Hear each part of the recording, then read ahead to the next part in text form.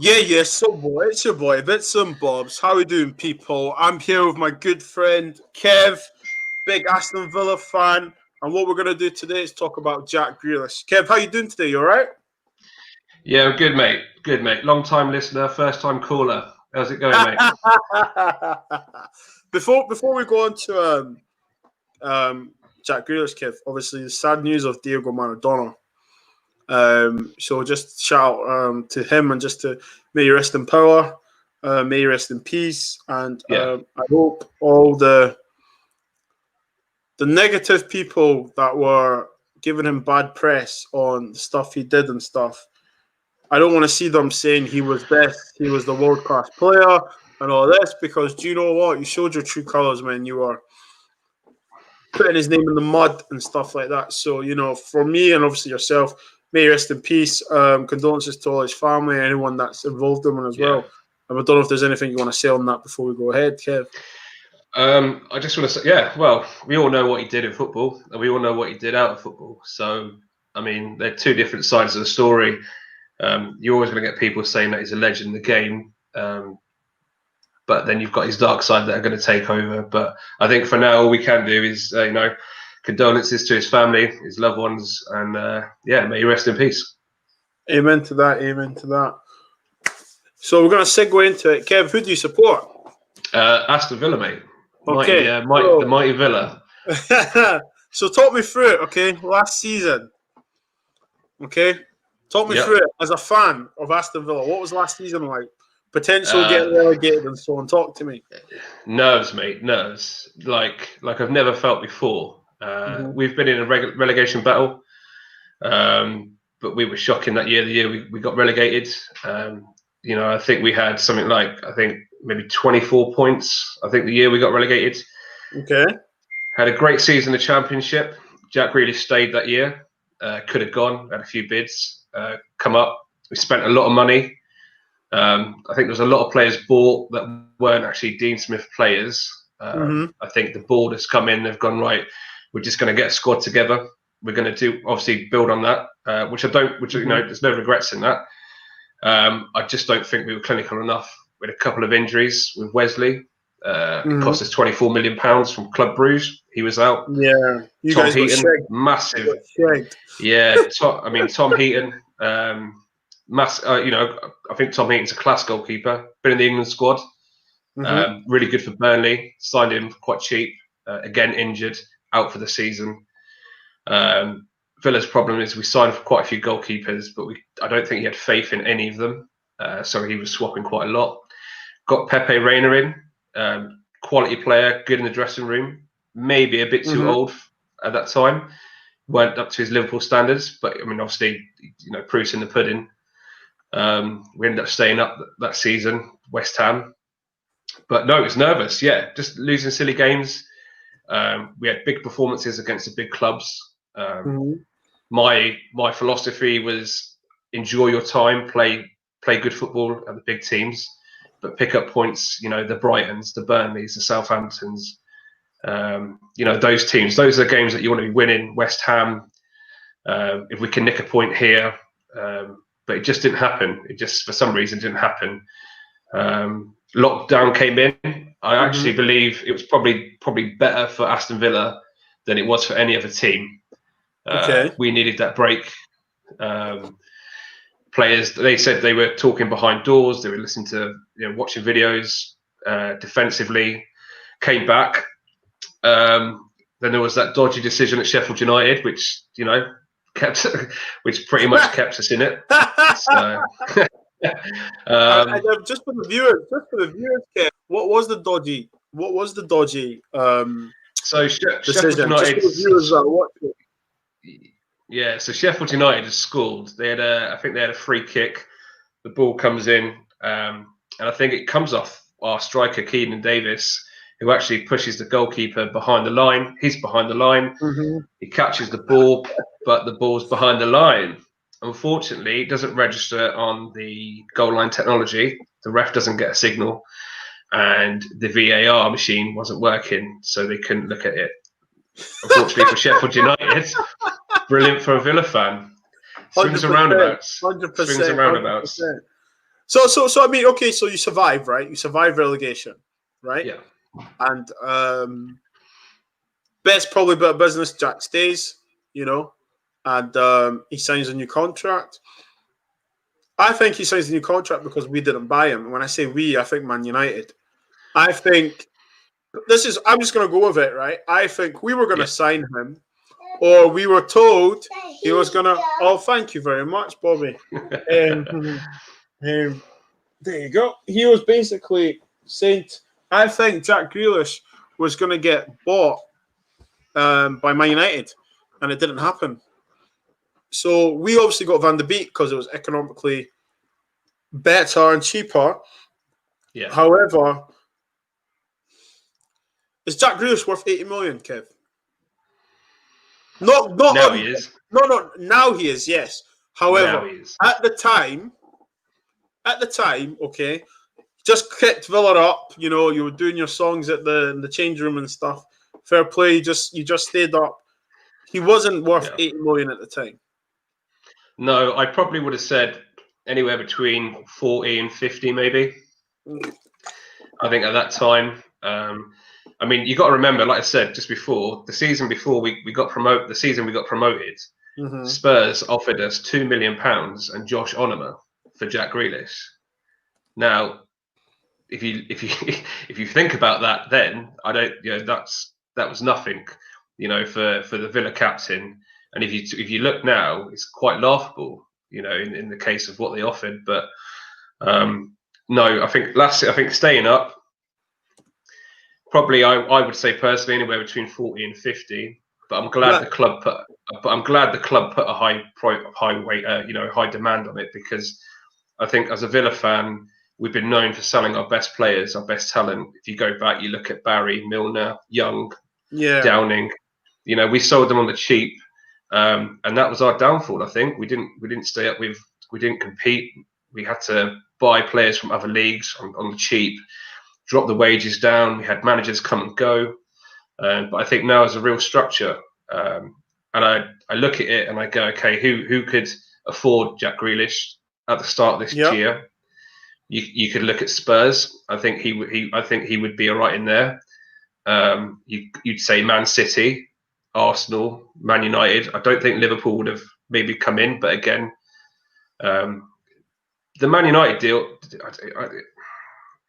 I don't know. It's hit and miss with me, because I'm thinking, hang on a minute, he's gone. It's Man United. Yeah. They'll pay. They'll pay. He probably won't want to leave, but it's Man United. He's already said it's one of the best stadiums he's played at. He scored that goal last season against you. Absolute ball. To do that, coming back, it shows what a player he is. But yeah, I don't know what happened there. Maybe the board backed out. Maybe they said they couldn't. Maybe they couldn't, arrange a fee. Like you said, you signed Van der Beek, who for me I think is a quality player. It's a struggle to see him get in that team. I watched Man United play last night. I thought he was excellent. I thought he carried the ball. He passed the ball. He moved. He wasn't sideways. He was always going forward. Yeah. I think that's what you lack. But yeah, it's hard. It's hard because if Grealish continues again his form, I think other teams will come in. I mean, you look at Sanchez, and I think I honestly think what's it called? At the time, I think he was worth 40 million. I think 40 million would have been a good price to say, you know what, you've stayed up, there's 40 million, we'll take Jack. But then I think the conversation changes. I'm just going to bring in Prime. Yeah. Yo, Prime, how you doing, man? Yeah, I'm good. What up, Bobs? What up? Yeah, mate. Well, man, we're just talking about Jack Grealish. Kev's a big Aston Villa fan.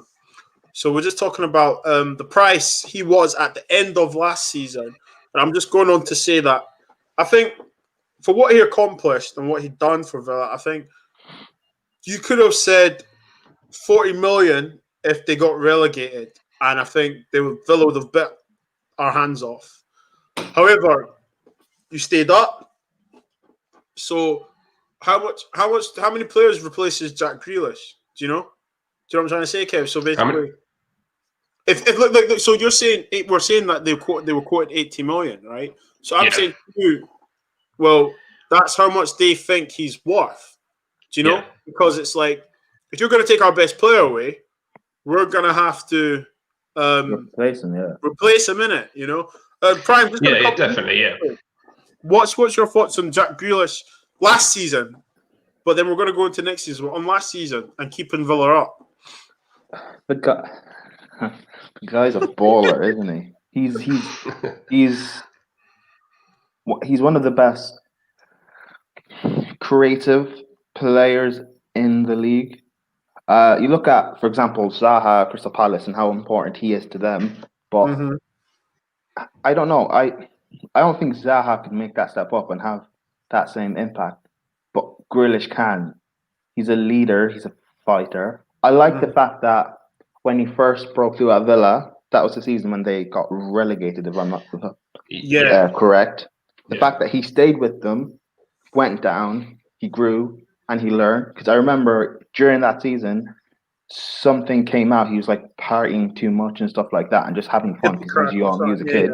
Went down Championship, grew, learned, developed. Now he's in the Prem and he's bossing it. And Villa have built a really good team this season, which is something they didn't have last season. McGinn got injured, which affected them a lot. Is why they were dropping points and just couldn't stay stable. They didn't have a striker. They have one now, Ollie Watkins. Ross Barkley's also been a big addition as well. It means that Grealish isn't doing everything on his own. Yeah. So let's segue then. Kev, you come in here. Let's segue in. Aston Villa done a massive, great bit of business. Some may say some of the best business you've probably done because the way you're playing. Yeah, I think for us the best signing was Jack. Was keeping Jack. Like you said, we went down, we got relegated. The first season he played well. The second season, obviously we got to two finals. I was fortunate we lost the first one to Fulham, and then we beat Derby. But I was just saying, like, Spurs came in for £2 million with Josh Onoma. That was never going to happen. We come up. He had a great first season. Pretty much kept Villa up by himself. John McGinn was a great buy. Massive step from Hibs to come into the Championship. Good Scottish lad. Yeah. Coming to Premier League. But this year we spent well. A lot of people say we've spent too much money on Ollie Watkins. Whereas you look at it, I think he's played 9 games. He's got 7 goals, 2 assists. He's 23. He's only going to get better. Wherever he's been, his goal scoring record's amazing. So he's a young lad. We got Ross Barkley come in, which I think is a massive coup. I don't understand why Chelsea let him go. He's linking up well with Grealish. McGinn's back. Prime's a Chelsea fan, so Prime, you're going to have to come in and answer to that. Prime? I don't know. It was...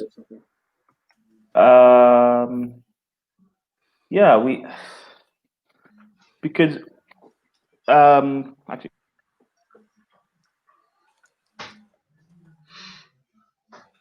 this is one of the rare times I've seen him speechless. I'll just take Kev, just you carry on. He's obviously doing something behind there. No, that's cool, man. Like I said, we got Ross Barkley come in.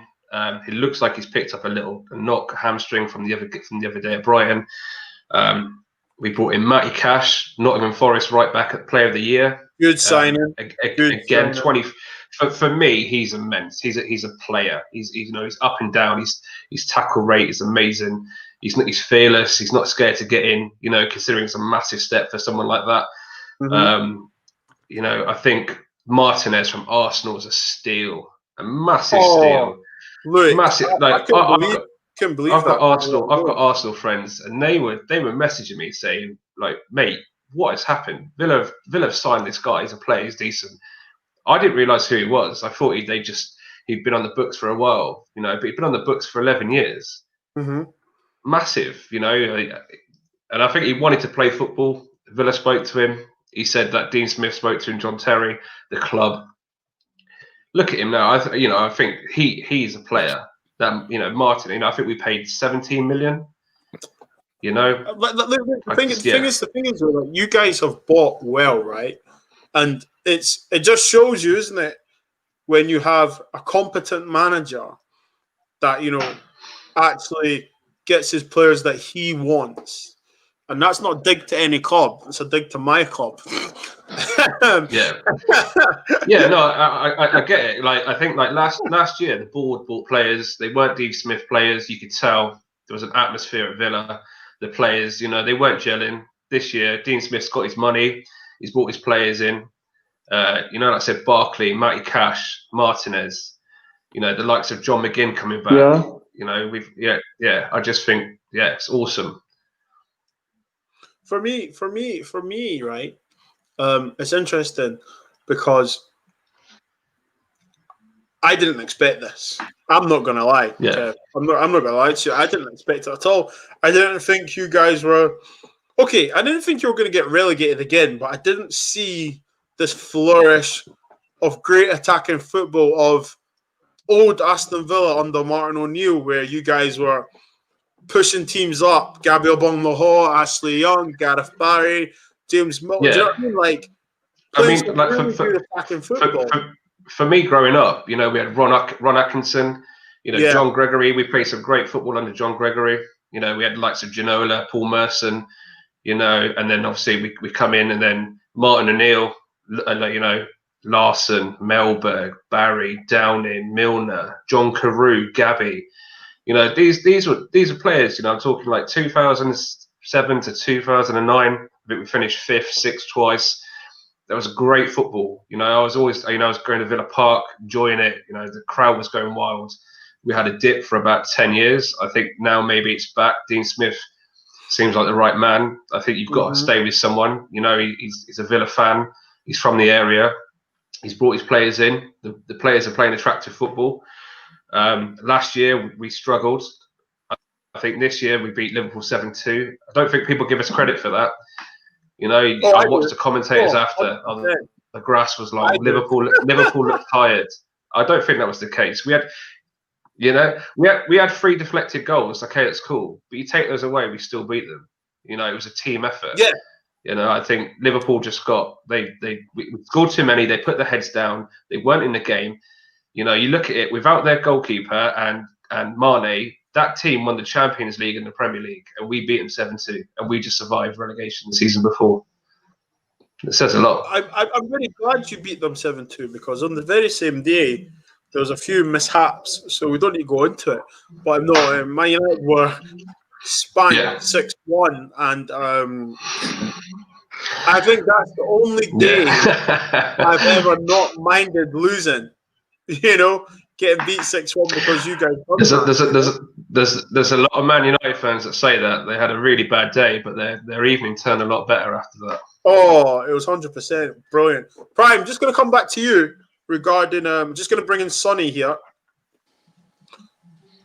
LFC Sonny, how you doing, bro? I'm good, bro. But yeah, man, you right? I'm good. Sonny, we're just talking about Jack Grealish with my friend Kev. He's a big Aston Villa fan. So we're just talking about the price he was last season, the justified him signing, the price he's going to be now. And we're just talking about Dean Smith's signings, and we're on Ross Barkley, and Kev was saying Chelsea loaned him out. Prime, man, you want to jump in? Yeah. Why? That was a weird one because if you look at the way that we play and we're trying to play with these 2 8s. We loaned out Ruben, which to Fulham, which it made sense putting Ruben out on loan. He didn't. I don't know what it was. He didn't look fit. He didn't look sharp. He didn't look ready. But Barkley was weird because he's a really good squad player who can be useful in certain situations. He can come in, can do a really good job. And the form he's showing at Aston Villa is not surprising to me personally. When you play Ross Barkley and you give him all that faith and trust and love in the world, he will repay it because he's someone who, once he's playing on that confidence, he can beat just about anybody in the world. and he's got all that talent. And yeah, no, I agree. If he doesn't stay at Chelsea next season, then hopefully he stays at Villa and he just starts playing and starts showing his potential. So I asked you this question. Sorry, I'm going to get you to jump in quickly, right?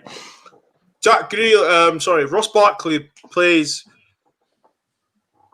7 out of 10 the whole season for Aston Villa, let's say, and Aston Villa finish top 10, right?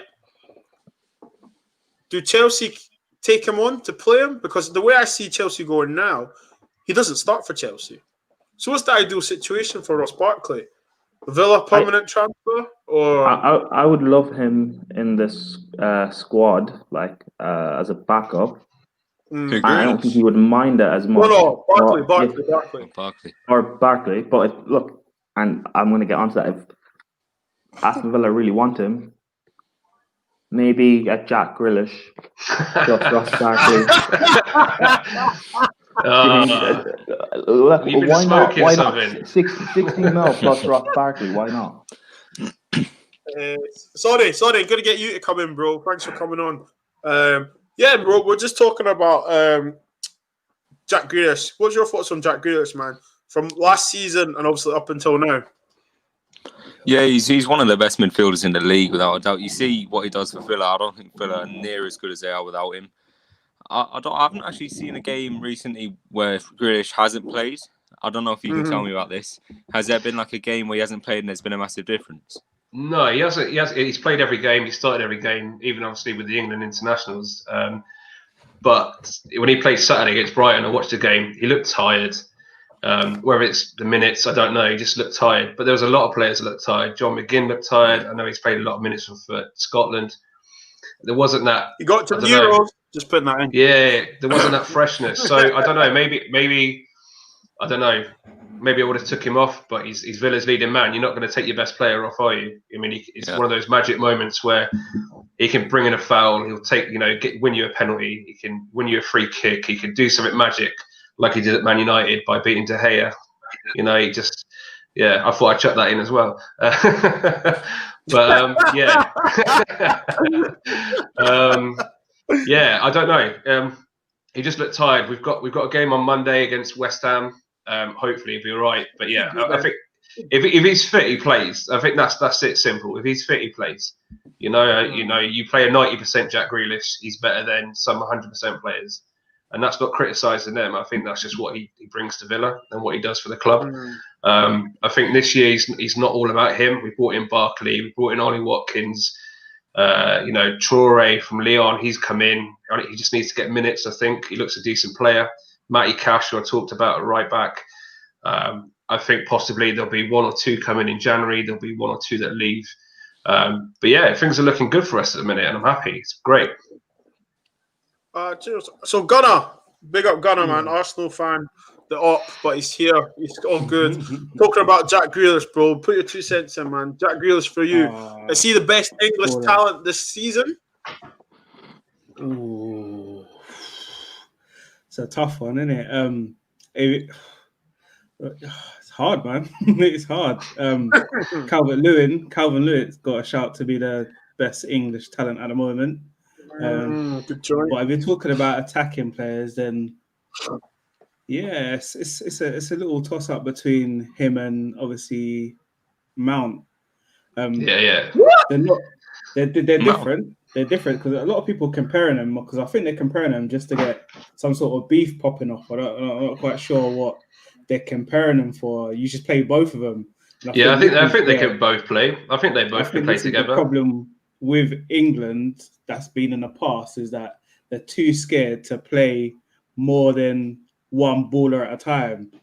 They like to then go put. If you're going to play Henderson, I don't think you need to play anybody else. If you've got Henderson, he does enough for you not to then go put what's his name in there, Rice, and then go put the other Harry Winks and those sort of players. You think Henderson is good enough to sit on his own? That's what I'm saying. I think he's got the energy to do it as well. So I mean, sorry, man. I'm just going to say, just try and beat teams. I think you just got to try and beat them. If you know your defense isn't that good, try outscore teams. And I think if you're playing both, you've got the ability to hold the ball and get the ball to the strikers as well, because they've both got it in them. But yeah, if you're going to pick up between at the moment, I would say it's between Grealish and Calvert-Lewin for the best English talent at the moment. Right, Sonny, he said something there that made you say Mount. When he said Mount, I said what? You said Mount. What's your reply to that, man? Do you think Mount's on Grealish's level right now? Nah, not at all. I think you can tell their technical abilities completely different levels. I think Mount is good, but could you imagine Grealish in that Chelsea team? The thing is, That's I think why I want Grealish. I was one of those players that didn't rate Mason Mount until I actually watched him. Like, just for a game, just watch him. Don't watch anything else. He's a baller. Just watch him. Mount is. You know who Mount reminds me of? I know people gonna think this is, but he's like Lallana. There's not many players in the world that could take the ball with both feet, turn in and out. Not Grealish could do it, but there's not many players, English players as well, that can do it. Just to watch the speed that everything Mount does, it's just quick all the time. It's constantly quick, and that's why people can't get near him. Gunnar, you have a bit of a point. Maybe not the Lallana thing, but you do have a point because I am backing you here. You do have a point because Mount, he's not flashy, or he doesn't look as silky as Grealish does, or Maddison or Foden. People are just going to disregard what he does, but he's got an eye for a pass. He can beat a man. He works hard as well. He works well in the press. He's brilliant defensively. He would be a good addition for any team actually to have. And when he's played correctly in his right position, he's played within the right system. He's part of the reason why we're looking well and we've been unbeaten in God knows how many games. Yeah, I agree. Mike, did you say Mount is the reason that you've been unbeaten? He's part of the reason. He's part of the reason. I'm just going to chuck in. I just think it's great for England though to have all these players in our squad. Like, you look at England before, we never used to have all these options. Now we've got options. Still not going to win anything though. I don't want to be Southgate, but I think that system is shocking. It needs to go. Still not going to win anything though. All these ballers England have still not going to win anything. We've had ballers before and we've wasted them. So exactly. Yeah. I just think it's the system. For me, it's 4-3-3. I think you play 4 at the back. I like Cody, Maguire. Cody doesn't look well in the 4. Yeah. I think Cody looks a bit still plays well. Exposed in a 4. I think you either play Henderson on his own or Rice. You don't play both. I'd maybe chuck Mount in there and then Grealish in a triangle with Rashford, Sterling, and Kane. For me, you got Maddison to chuck in as well. You've got other players, but I don't think you play Rice and Henderson together. I forgot about Maddison. Gunnar, gonna come to you, man. Yeah. Let's segue that. Obviously we're still on Grealish and stuff, but Kev's made a good point about England, and obviously Sonny said we've had ballers before. I say we. I don't support you lot, but you've had ballers before, yeah. And obviously the system. I feel like it's the same conversation with England.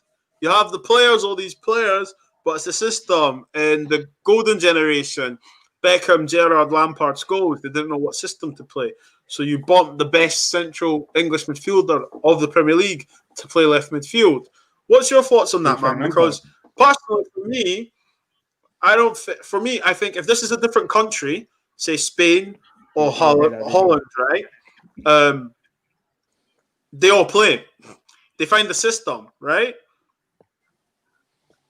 Talk to me, bro. Listen, I'll tell you who would have been the best manager. This is gonna be unpopular opinion. Wenger. You know what? Big Sam would have been a good manager because he would have cared. He would have just played whoever he thought was the best, and he would have just gone attack. You talking about Aladdin? They just kind of like. I just feel like they're all a bit.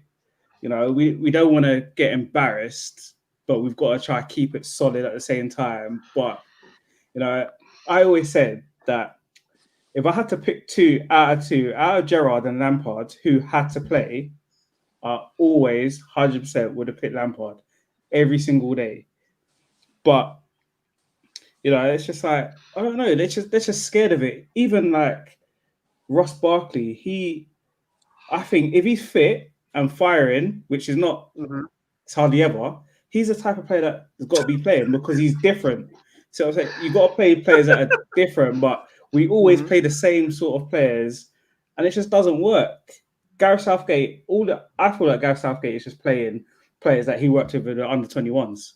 He's like, oh yeah, I know what you done back in the under-21 days, so we're gonna, just fast track you through to the big team, but it's not working. It's not working. You got to mimic what everybody's doing for their club teams. You got to sort of mimic what the club teams are doing with their formations and stuff. But you're going completely different, flinging Kieran Trippier or left wing back and mad decisions like that, which he's always just going to keep turning back. Ball's always going to go backwards once it gets to him because he's going to be too scared to go forward.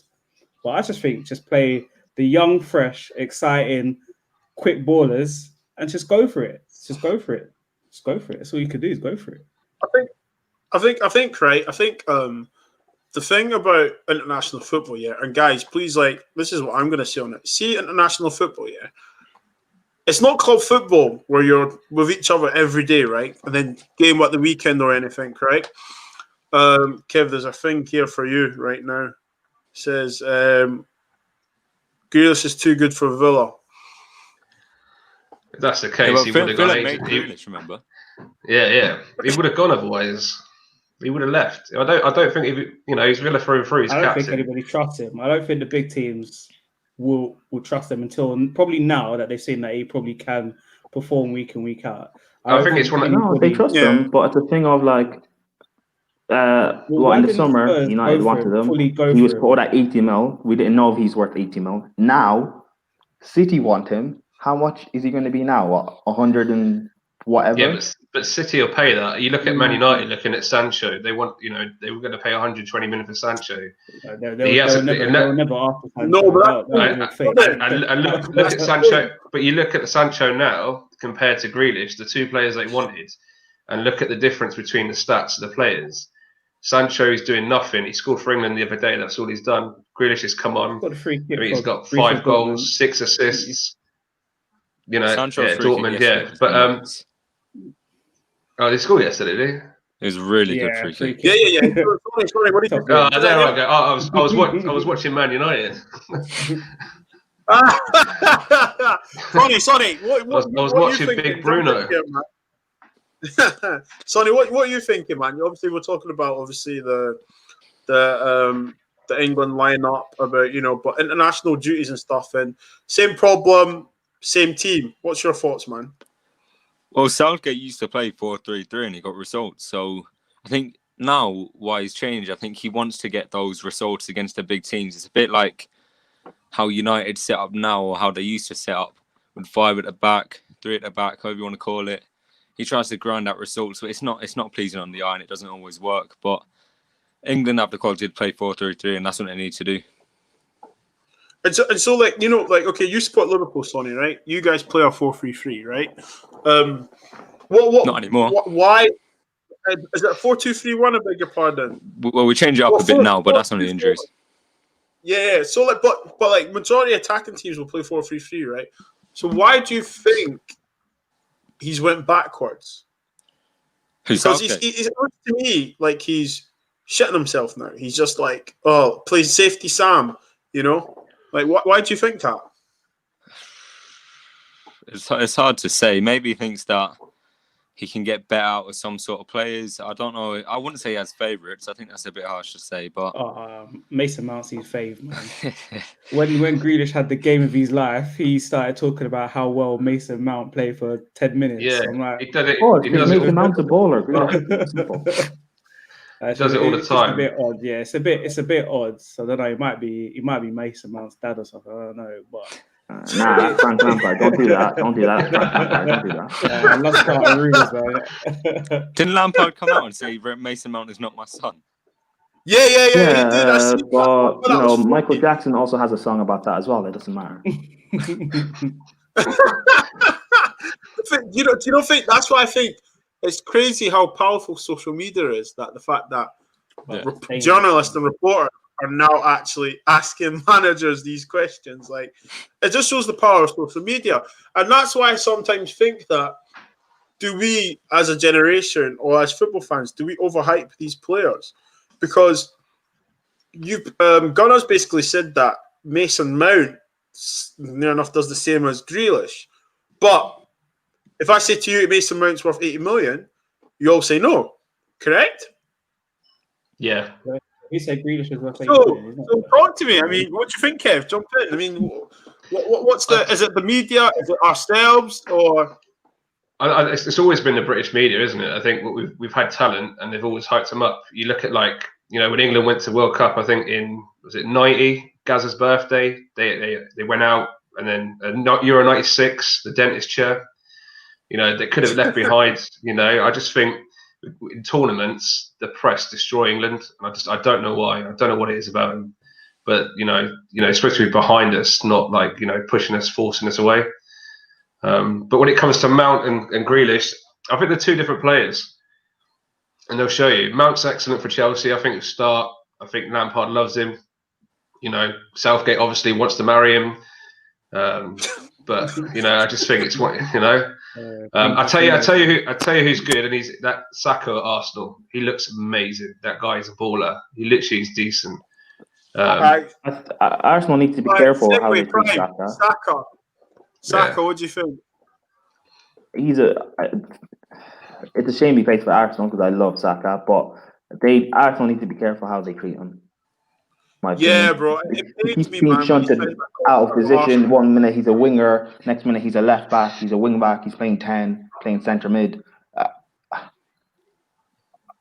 He has to be careful. They have to be careful with him because he could end up turning like James Milner, and that's not even a disrespect. Because when James Milner broke through, he was this highly talented youngster. At Leeds, he holds the record, I think, for the youngest goal scorer and stuff like that. Is it him or went to Aston Villa, balled out as well. Went to City, started playing out of position, left, right. Played as a false 9 at times. Went to Liverpool, he was playing left back. Yeah, just allow the youngster to play in his right position, allow him to flourish. But we keep putting him everywhere. Yeah, sure, you will develop your football brain a lot more, but you're not going to develop your talent in your best position. So, can I ask? Obviously, you bought Tierney, didn't you? So do you think he won't start over Tierney? Gunnar. Say that again, so yeah, you obviously bought Tierney as well, didn't you? Yeah, you bought him. Who I rate. I think is decent. I'll be back 2 seconds. But to be fair, they both been playing together. To be fair, yeah. I know at Celtic, Tierney played centre back a couple times, and we've been playing him there as the third centre back, a bit like Aspilicueta was playing for a while, because you know that he could defend and he could get forward. But like you say, you just got to be careful that we don't just kill him, man. He's just got to play one position. Yeah, he can't say he's a free transfer, but he came through the system, and he's outshining Pepe. So we've just got to be playing him in whatever position you want to play. Because like you said, there's a risk that you could just kill off his career. Do you think that's Arteta's long-term plan, to play at 5 at the back, or do you think he's one of those managers that just does what he has right now? No, I think he just doesn't trust what he has. So if you don't trust what you have, he's just doing a Southgate. If you don't trust what you have, then you've just got to put as many defenders as you can on the pitch to try to shore things up. If they do manage to get another good centre back to play, then I can see long term him playing 4, because when you play 5 at the back, you basically lose a player in midfield, don't you? And if you're going to play against Chelsea, going to play against Man United, you need to win the midfield battles. And if you're playing 5 at the back, you essentially lose one midfielder. So yeah, I think we will go to 4 at the back once he has 4 defenders he trusts. But because it's the same situation with England that with Arsenal, like you said. Who's England's best centre backs? And I don't mean that individually. I mean in terms of a partnership. And it's the same at Arsenal. Who are your best centre backs in terms of a partnership? Because I don't think there's any standout for both England and Arsenal. Oh, we have one. I think we have one really good centre back right now. Gabriel. Yeah, Gabriel. Yeah. The rest of them can play, Wow. but they're not. They're not good enough. They're just not good enough. And yeah, like you're saying with England, Gomez and Maguire. If it's quarterback. The thing is, Maguire, like Gomez and Maguire, two individually good centre backs, fine. But is that the best partnership, though? Yeah, but what's a better partnership? That's what I'm trying to say. I genuinely don't know. That's why I'm asking. Is that the best Honestly, partnership? If I had to pick, again, unpopular opinion, but if I had to pick two, I'll be picking Gomez and Tyrone Mings. Okay. Because you're not getting past them. You're not beating them for pace. You're probably not beating them for strength. As a Villa fan, like I love Mings, but there's a mistake in him. Like there's a mistake in Maguire. Yes, he's left-footed. He'll fit in a free. It's perfect. Fire. There is. Don't get me wrong. I just think sometimes last season, he was coming out of position. He was fouling players. He was. I noticed that. Yeah.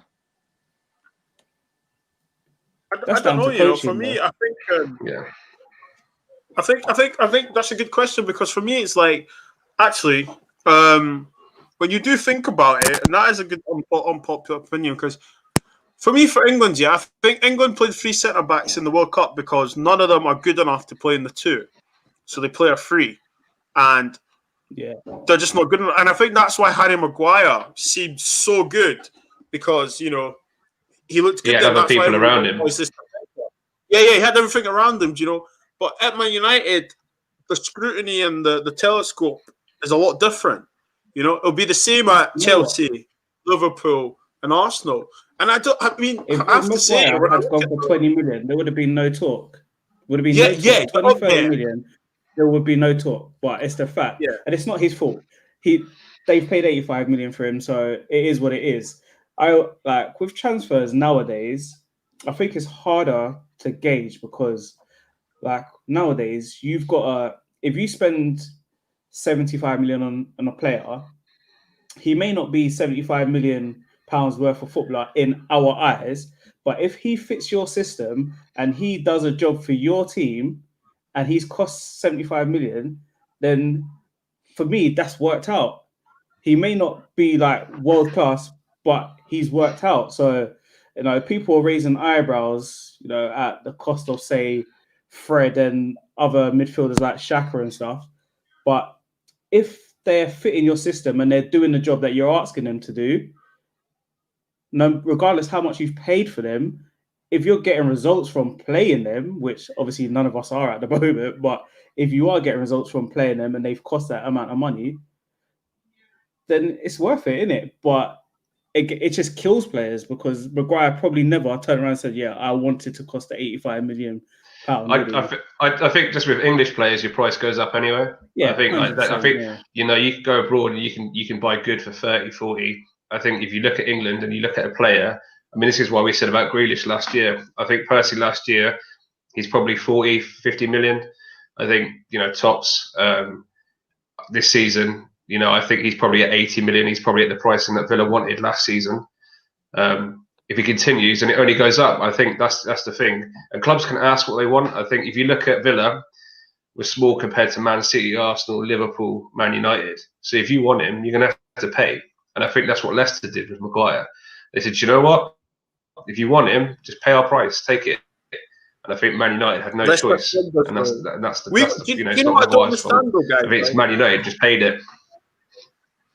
Yeah, but do you not think that the thing differently now these days is because, obviously, players, back in the day, Zidane went to Real Madrid for, 50 million, right?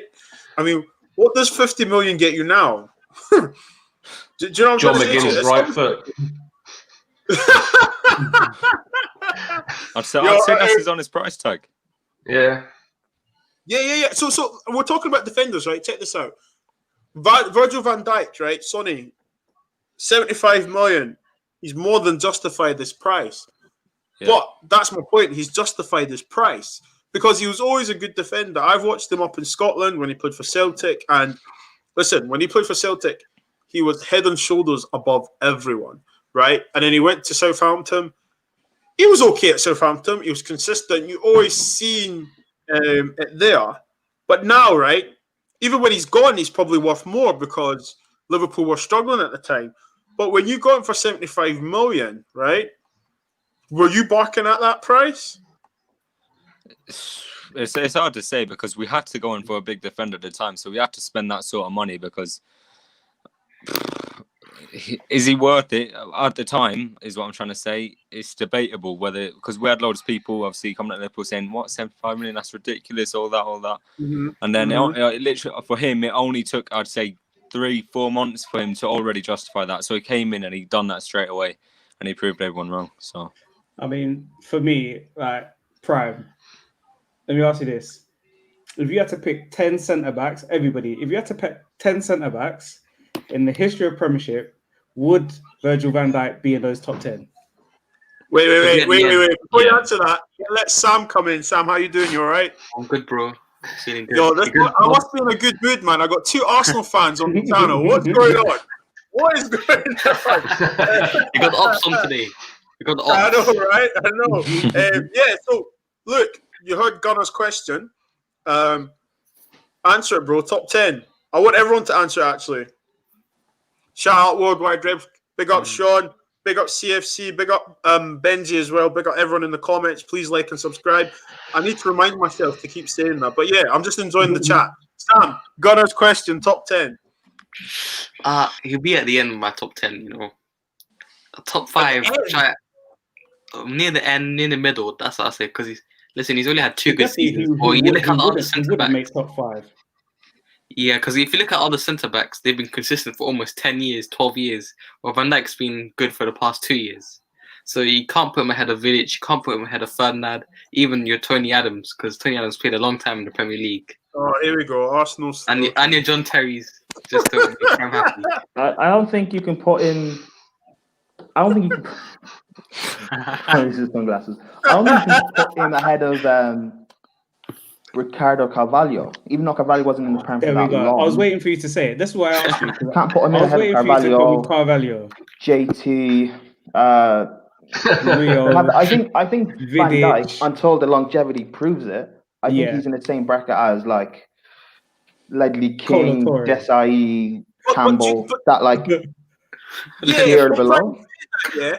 Is Virgil van Dijk not the best defender out of a bad bunch right now? Yes. Yes, that's what I was gonna say. Defending has gone out the window. Sorry. So he's actually he's the best of a bad bunch. Like but hasn't been a bad bunch for 3 years. Remember? Yeah, but what I'm gonna say is that if you look at when Ferdinand and Virgil playing, there were so many good centre backs back then. You had Carvalho, you had your Ramos in his prime, you had Puyol, all these, even you had Desai in Italy as well, Cannavaro, and all these and Maldini. And Samuel, right now, not even that. How many strikers were they going up against?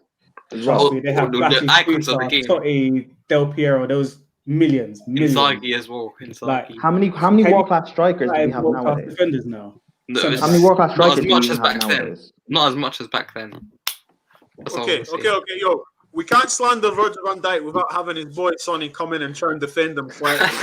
Sonny, chat to me. Campaign, tell me. Does he make top 5? In fact, let's expand the top 10. Top 10 and why?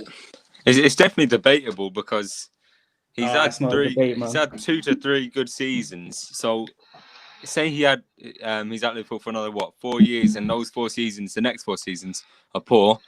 That would cancel out everything. So that's why I think it's definitely up for debate. In my opinion, the way you see he plays, I mean, without a doubt, he looks better than the best. Some of the best. Okay. The way he plays, but it's debatable, really. Top 10. I see. I don't want to speak too soon because if he is another few seasons and he doesn't live up to what he's done for the last 2-3 years, then it's not going to be good. But I think he will, and that's why I think he can easily get into top 5. See the thing for me, yeah, and Kev, I'm going to get you to jump in after this. For me, yeah, when you think about centre backs, yeah, and obviously Sam and Sonny, I think the rest of the guys are around my age, or older than you guys, right? So when we talk about defenders, yeah, for our respective clubs, Gunnar will hit you with Adams, Keown, Sol Campbell. Prime will probably tell you JT Carvalho, right? And I'll probably hit you with Vida Rio, right? So, but in those days, our centre backs were playing against two strikers. Do you know what I'm trying to say to you? And it was more of a better class of attacking as well. And obviously, look, football's changed, right, guys? Do you know what I mean? Football's changed. They're athletes now. Yet, I do think defending has slightly decreased, diluted. Kev, what's your thoughts on that? I mean, obviously, I'm probably the oldest in this group. So, like me growing up, you had like your defenders were like Steve Bruce, Pallister, Paul McGrath at Villa. Paul McGrath, God, he was amazing. Raise my hands. You had defenders that were defenders that were defenders. I mean, I'd probably chuck in Martin Keown, Tony Adams. I just think like they were a traditional centre backs. They'd go in, they'd knock you about, they'd hurt you, they'd tell you they were in the game. I just think and then obviously as it progresses, we had Mellberg. I think Mellberg was a rock at Villa, and then it just moves on. You've got the likes of John Terry, Ferdinand, Vidic. Those three are always going to be in the top, aren't they? Really, for what they've done, for how long they stayed at a club. But for me, I think that you go back to the old days again. Bring up Bruce, Pallister. They were hard hitters at Man United, and I think it has died down a little bit. Van Dijk, I think he's the best out of the bunch. I don't think there's many that compare to him at the minute. But I think he will continue. I think, for what they paid, Southampton obviously had a buyout clause, so Liverpool had to pay more money. But you watch him play his touch. He looks at the ball, he bullies defenders. That's what a centre back is. I think you look now. I like Tyrone Mings, but he's gonna have to work on me a little bit, maybe. So yeah. Okay. Thanks for that, man. Thanks for that. Right, Prime. I know you want to have your 2 cents, the top 10 centre backs. So let's comment, and then I'm going to get Sam to wrap up with it. Is he top 5? No. Is he top 10? Maybe you could have that argument, because once you start getting into like 8th, 9th, 10th, 11th, 12th, there's a bit of you're going a bit far down now. No, but here's the thing. No, but listen, here's the thing.